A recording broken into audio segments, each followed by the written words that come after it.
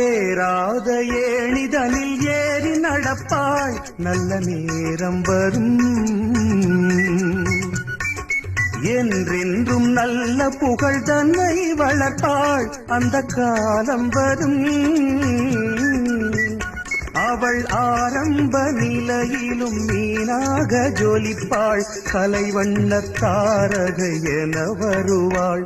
அது நடக்கும் என நினைக்கும் மனம் நாள் பார்த்து தொடங்கிவிடும்.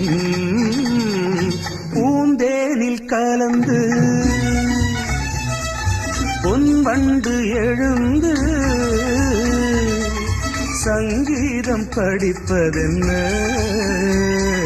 தள்ளாடி நடப்பதென்ன.